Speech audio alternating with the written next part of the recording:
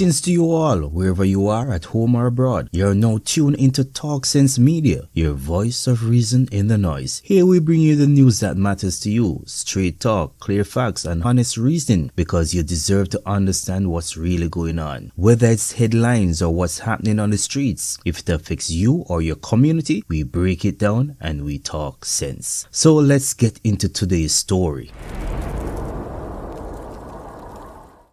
Rude, disrespectful, undemocratic. These are the words that have been flying around social media over the last couple weeks.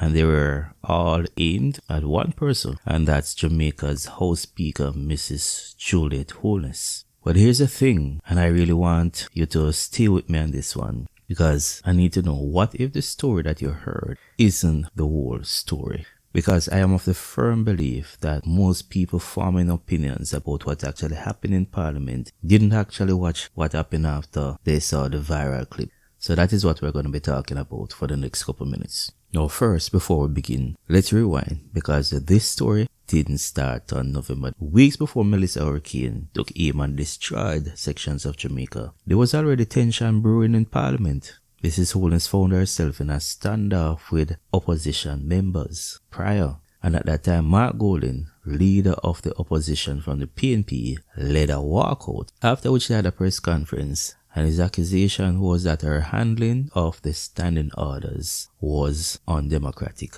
So for persons who don't know, the standing orders are the rules that determine how Parliament operates. So think of them as the rule book or a handbook that was given to you when you went to orientation in high school, with the exception that this is for political debate in Parliament. So since then, the criticisms have piled up, with persons saying she is not fit to be Speaker of the House, there's a conflict of interest because of her husband, and members of Parliament, some, not all, within circles, doesn't want her to be House Speaker. So when Parliament met, everyone was watching, wondering if the opposition would still be upset, coming with a similar kind of vibe as before. So to expect some amount of tension was understandable, but not wanted nor welcome. They have the people business to deal with. And then boom, it happened again. Right after the Prime Minister and the opposition leader spoke, there was drama once again.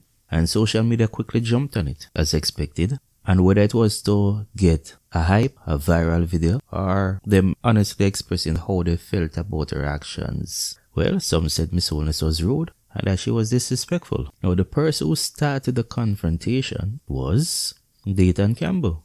Now, watch this carefully, and I mean really watch the video and listen carefully. Thank you, Madam Speaker. I want to also take this opportunity to express my heartfelt condolences to the families and loved ones of all who have perished in this terrible catastrophe, whether in the storm itself or in the aftermath. House Leader, the member's time for speaking has expired. The standing orders were not suspended. The standing orders, Leader, the standing orders were not suspended to allow for the completion. Could you please move? So move. Madam Speaker, I ask that the standing orders be suspended to allow the Leader of the Opposition to complete his presentation. Thank you, House Leader. Those in favor? Those against? The ayes have it. Thank you, Minister, and thank you, Madam Speaker. I appreciate that indulgence. I think that's a good start.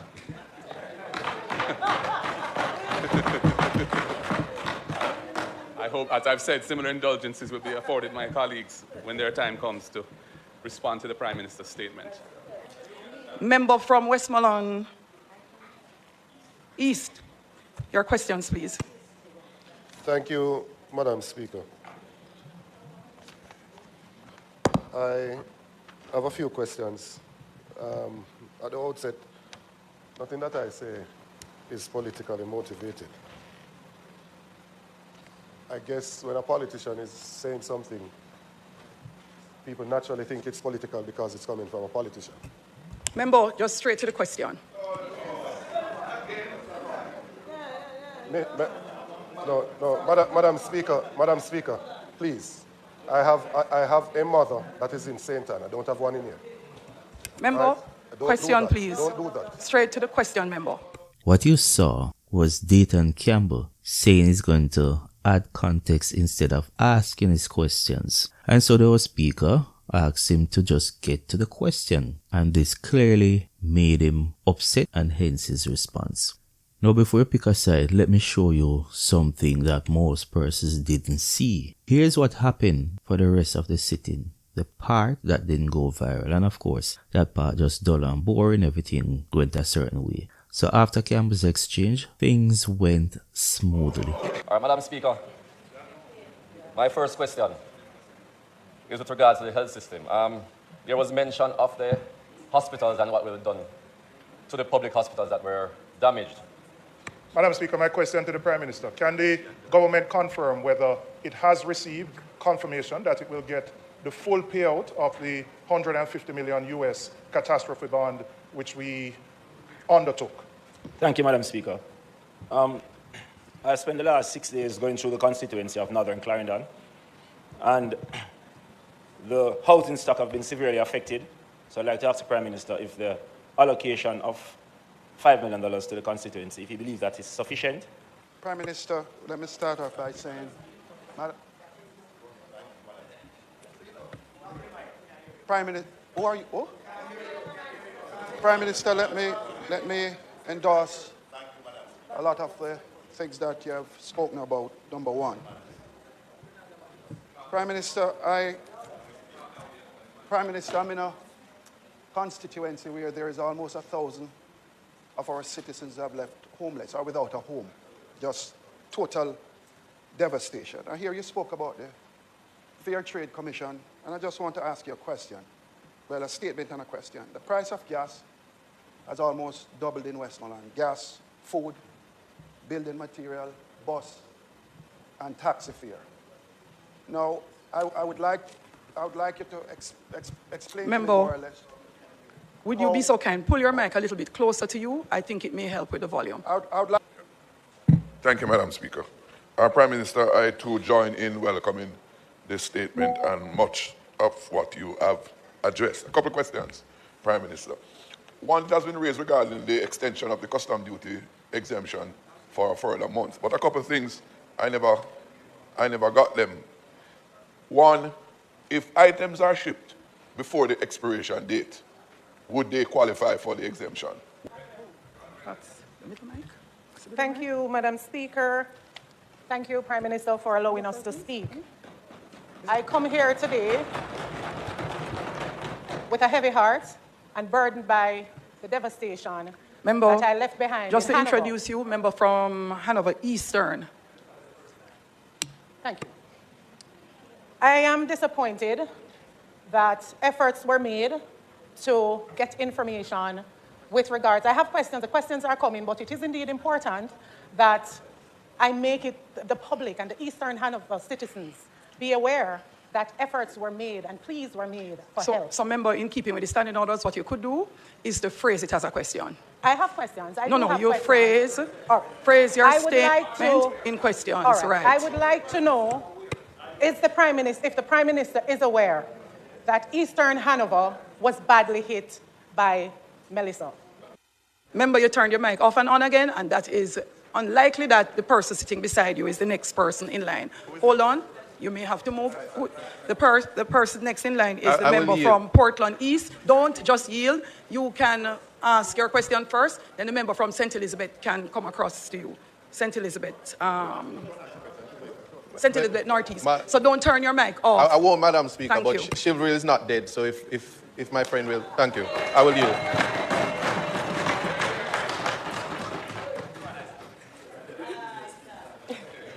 So, member, in keeping with the standing orders, permission to speak from a seat other than your own. Might I have permission to speak from a seat other than my own? Yes, member. Madam Speaker. So remember, member questions. Very well, Madam Speaker, and thank you to the member from Eastern Portland. My questions to the Prime Minister are as follows.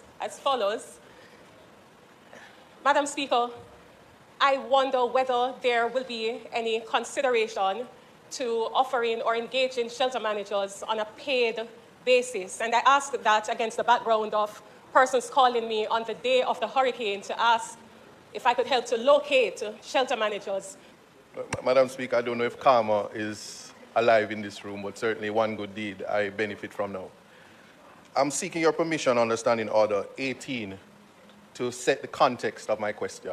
If not permitted, then I will move forward. But I know that you use it slavishly, and I just need an explanation so that the Prime Minister don't misinterpret anything I'm saying in good faith. So, member, I have sat here. I have sat here, and persons have made every effort not to necessarily ask their questions, regardless of the rules of the House. Member, ask your question. The Standing Order also allows, if your questions are not properly answered, to be able to ask additional questions. And member, so I spent some time on Standing Order 18. Very well. The purpose for Standing Order 18, personal explanation, is not one that applies to Standing Order 17 as it relates to questions and answers to questions. After the House sitting is finished, I will assist you and any new member who would like to understand what Standing Orders 18 means to elucidate that for you. Member, go to your question and I will help you after. Madam Speaker, I tried my best. Very well. Mr. Prime Minister, I have three questions for you. One, the context of equitable distribution. Portland Eastern sits in the east of the island, but there are communities that are maroon. And I heard in your statement, you made mention of the use of technology. And while we applaud that, technology sometimes cannot be a substitute for the lived human experience. So much so that in Portland Eastern, there are communities where all the roofs were blown off. And because it's not a parish that is labeled as affected areas, albeit there are places, as in different communities that were affected, because we are a coastal parish, as you understand. Will there be a committee set up to investigate the maroon areas so that they can be attended first? Thank you very much, Madam Speaker. Madam Speaker, just a couple of questions that I have. The first one, when the Prime Minister spoke about the housing solutions, I was wondering whether or not, Prime Minister, for whatever the solutions are, the issues around ownership that normally attend to housing solutions for government, if those will be waived so that it will become easier for persons to access. The next question will come from the member. That's Bennett? That's Ms. Bennett? Bennett? From Western Hanover.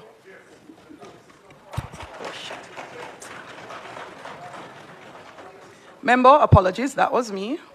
Thank you, Madam Speaker. I seek permission to speak from a seat that is not assigned to me. Permission granted, member.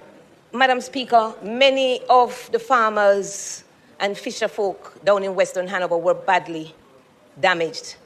Crops destroyed, nets gone.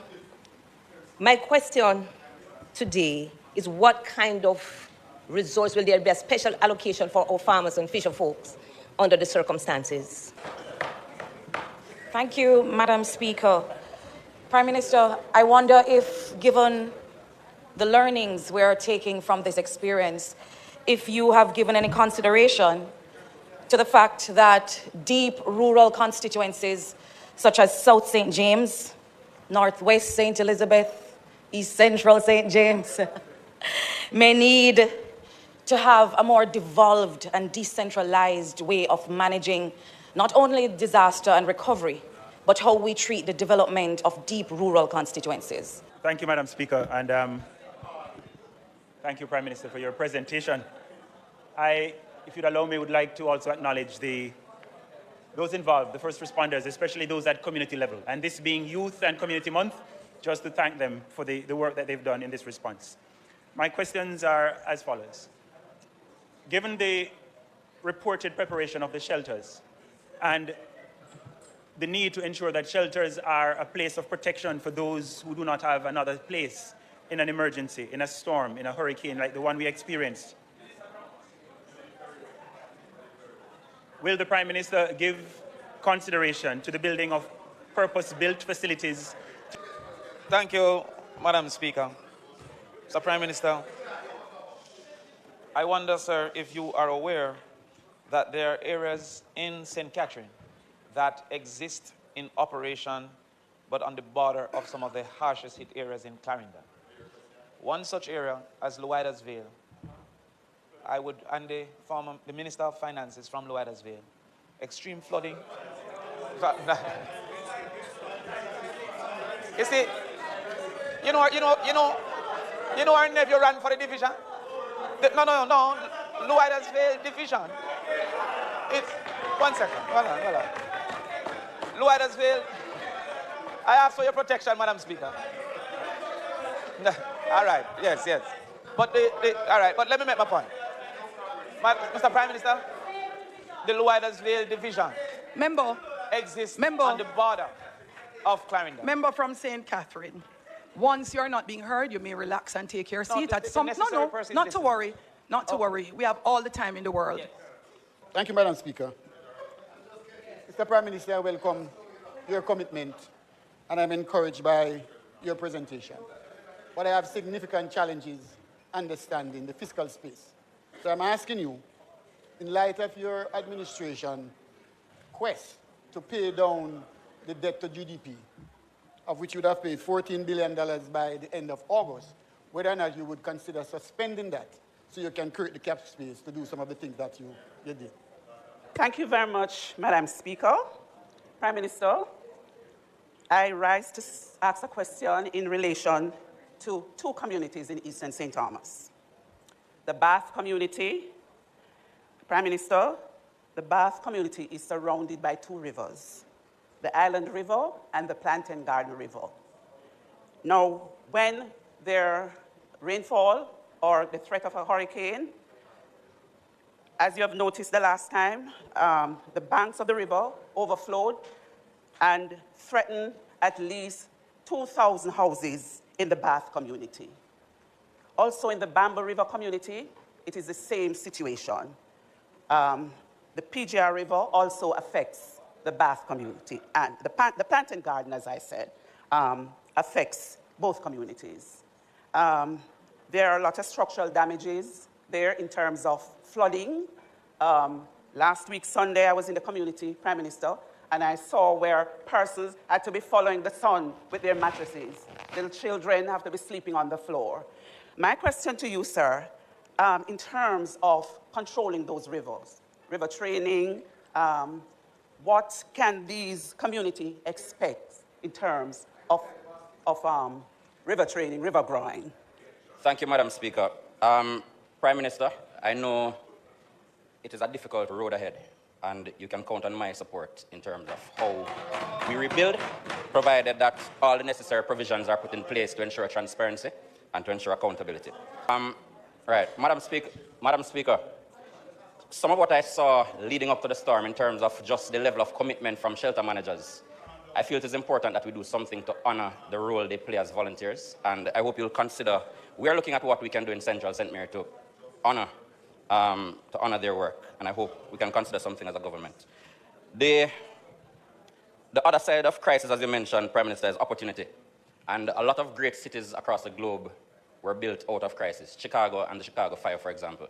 I want to know what mechanisms are being put in place to ensure that the landowners, the people in these areas that have been devastated, that they're not left behind when we go in to develop, and that prosperity is not only experienced by one set of people in these areas. Thank you, Madam Speaker. Prime Minister, thank you for that presentation. I have just 3 questions. One, can you confirm that 6 field hospitals were donated to Jamaica during COVID recently? Can you confirm the status?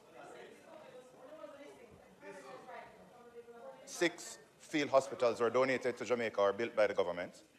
This was just a few years ago. Can you comment on the status of these hospitals, if they, including the 3 from U.S. Southern Command, which are completely mobile, are up, disassembled, destroyed, or returned?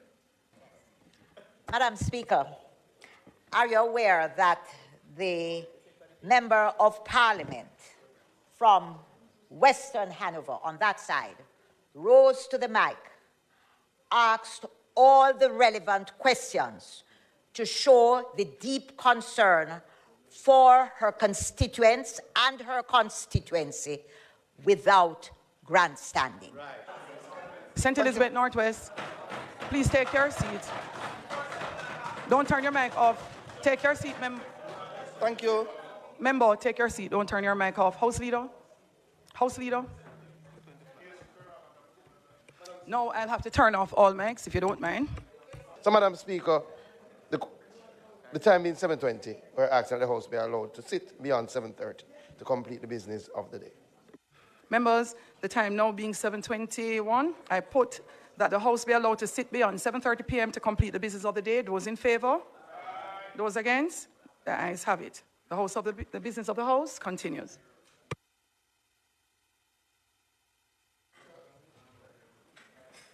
Mr. Prime Minister, are you aware of the extent to which Northwest St. Elizabeth has been severely impacted by Hurricane Melissa? There's a member from Clarendon, Southwest. You may go ahead with your questions, member. All right, thank you, Madam Speaker. Prime Minister, I want you to start by After answering. that, it's... Come to the man. Hush, Sure. The members on his feet. Prime Minister, I want you to start with this question first when you answer, because I know you have a lot of questions to answer. In terms of the allocation for housing, because I don't hear anybody ask about it, what agency is it going to be implemented through? Because we know in this House, if it goes through the Ministry of Housing, it normally takes a very long time. Given the urgency of the situation, I am asking you, Prime Minister, to consider perhaps the CDF as the implementation agency for this particular. So the question is, certainly, what I'm saying, Prime Minister, the question is, you determine which agency. Thank you, Madam Speaker. Prime Minister, I heard you mention the plan to deploy social workers. But I would like to know whether or not there is consideration for the deployment of mental health specialists. Prime Minister, when Members, please allow the member from St. Andrew West to ask his question. Prime Minister, when might we see the comprehensive drainage plan that has been promised for quite some time? Because, as you have quite rightly pointed out, with the frequency and intensity of hurricanes, it is desperately needed. A national plan is desperately needed. Thank you, Madam Speaker. I crave your indulgence to allow me to contextualize the question briefly. To make the question intelligible. Madam Speaker. Member, the same rule applies across the House. The same rule applies across the House. As a seasoned member, like you made an effort to teach some in the last sitting, I know as an excellent and seasoned debater, you will contextualize your questions as questions. Madam I Speaker, hope some on the other side of the House teach new members and older members to do the same. Prime Minister, you are aware that Green Paper number 3 of 2023, dated June 20, 2023, entitled Job Descriptions for Members of Parliament of Jamaica, was tabled in the previous Parliament by the Office of the Prime Minister. And stated in that Green Paper, you are aware, Prime Minister, is a strategic objective to enable Parliament to function effectively. Members of Parliament are required individually and collectively to, among other things, secure Parliament as a deliberative forum in which the issues, to secure the Parliament as a deliberative forum in which the issues affecting the peace, progress, prosperity, efficiency, and dignity of the nation can be discussed transparently, truthfully, respectfully, robustly for public understanding, and ensure the Parliament is responsive to the lawful concerns and interests of all its citizens, thereby securing its relevance and legitimacy to the people. If the answer is yes, since the Prime Minister is aware that the MP is viewed as the first point of contact by a large number of constituents, first point of contact to government, but that the office of Member of Parliament is not an implementing agency of government and is not resourced to even carry out its lawful functions while being expected to perform functions assigned to ministries, departments, and agencies. And given that practically all agencies of government have regional and/or parish offices, can the post-Hurricane Melissa relief and recovery work be arranged in such a way that each Member of Parliament is assigned a designated officer as a direct point of contact? And you would have seen how Mrs. Holness interacted with other MPs, and you would have heard her tone as you watched the procedure. Same requests, same enforcement of standing orders, but different responses from the MPs. You would have seen what happened, right?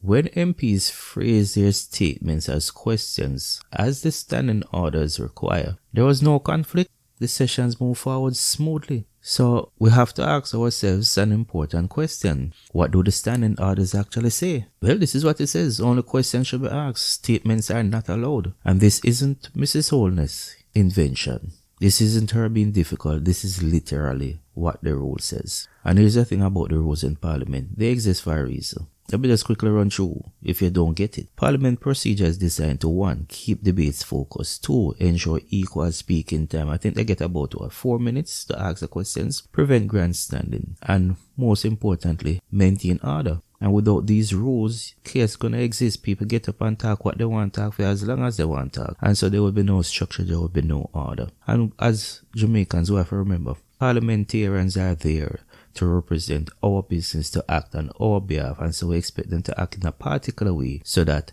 what they go there to do is done during the specified time within which they have in Parliament. So she, as the Speaker, her job is literally to enforce the standing orders, and so she asks the same thing of all MPs, and when they comply there is no issue. She's been consistent, she's been clear, and look, whether it's by experienced MPs or even new MPs, they can phrase statements as questions, and we saw them doing it in this very session. So we know that it's not that hard. But then there's this part to it though, and it's not always about what you say versus Alyssa. Sometimes about how you say it. So was there impatience in her voice? Did the exchange feel more confrontational than necessary? And also importantly, could she have used a softer tone with Dayton? So let me ask again, was Mrs. Holness rude and disrespectful? Or was she enforcing the rules that every MP knows they need to follow? Was Dayton Campbell being stubborn and uncooperative? Here's what I know for certain. The standing orders are clear. Mrs. Holness applied them consistently through the session. Most MPs had no problem complying. The Campbell exchange was noticeable more confrontational than others. And finally, most persons actually formed opinions without even seeing the entire thing. They just saw one clip and they came to a conclusion. But I don't know people, and let's be fair. Let's be fair. If you're going to have an opinion about something that happened, you should, and in this case, you should probably have watched the entire session, not just the clip, to form a conclusion. Because context matters. The full pictures matters. So rather than just going with a social media headline, you have to see the entire thing, man. So I want to hear from you all. If you have reached this far, it means that you have watched a full footage. And so there are some things that you need to consider from both perspectives. Tell me, who do you think was responsible for this showdown? Was Mrs. Holness right to enforce the rules strictly? Or was it her tone and approach that mattered? Probably just as much as even more than the procedure, her enforcing the rules. So remember to like, share, and subscribe. And as always, this is Talk Sense Media, your voice of reason in the noise.